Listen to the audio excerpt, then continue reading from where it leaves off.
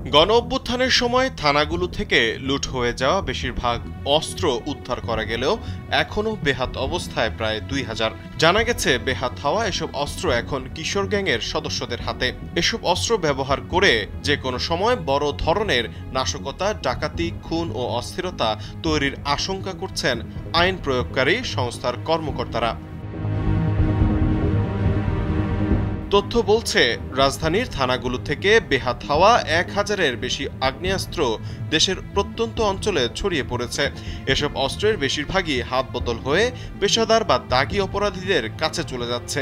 এর মধ্যে কিছু অস্ত্র সন্ত্রাসীদের কাছে বিক্রির চেষ্টা করা হয়েছে বলেও জানা গেছে।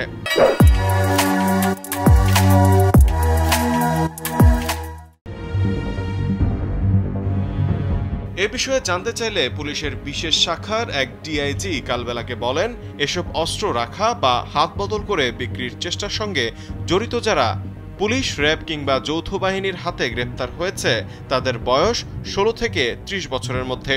তারা সম্পূর্ণ অসৎ উদ্দেশ্যে এসব অস্ত্র নিজের কাছে রেখেছে।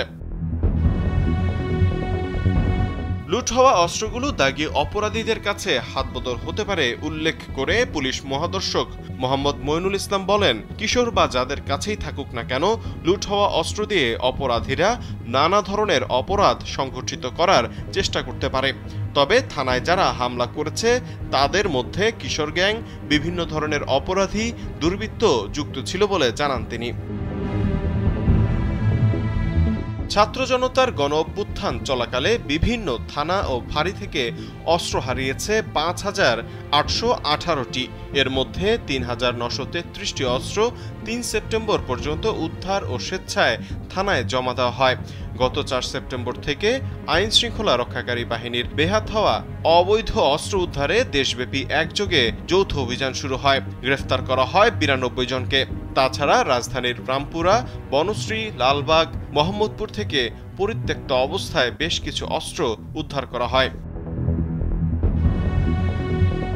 খোয়া যাওয়া অস্ত্র কিশোর গ্যাংয়ের হাতে থাকাটা বড় হুমকির কারণ উল্লেখ করে অপরাধ বিশ্লেষক ও সাবেক আইজিপি মোহাম্মদ নুরুল হুদা কালবেলাকে বলেন, থানা ও ফাঁড়িতে যারা লুট করেছে তারা কিশোর বা কম বয়সী ছিল, এটা ঠিক। কিশোর গ্যাংয়ের কাছে থাকুক বা যার কাছেই থাকুক, লুণ্ঠিত অস্ত্র উদ্ধারের বন্দোবস্ত করতে হবে, কারণ এসব অস্ত্র তারা ভালো কোনো উদ্দেশ্যে নিজেদের কাছে রাখেনি। এসব অস্ত্র উদ্ধার করা না গেলে আইন শৃঙ্খলার জন্য বড় হুমকি হিসেবে দেখা দেবে।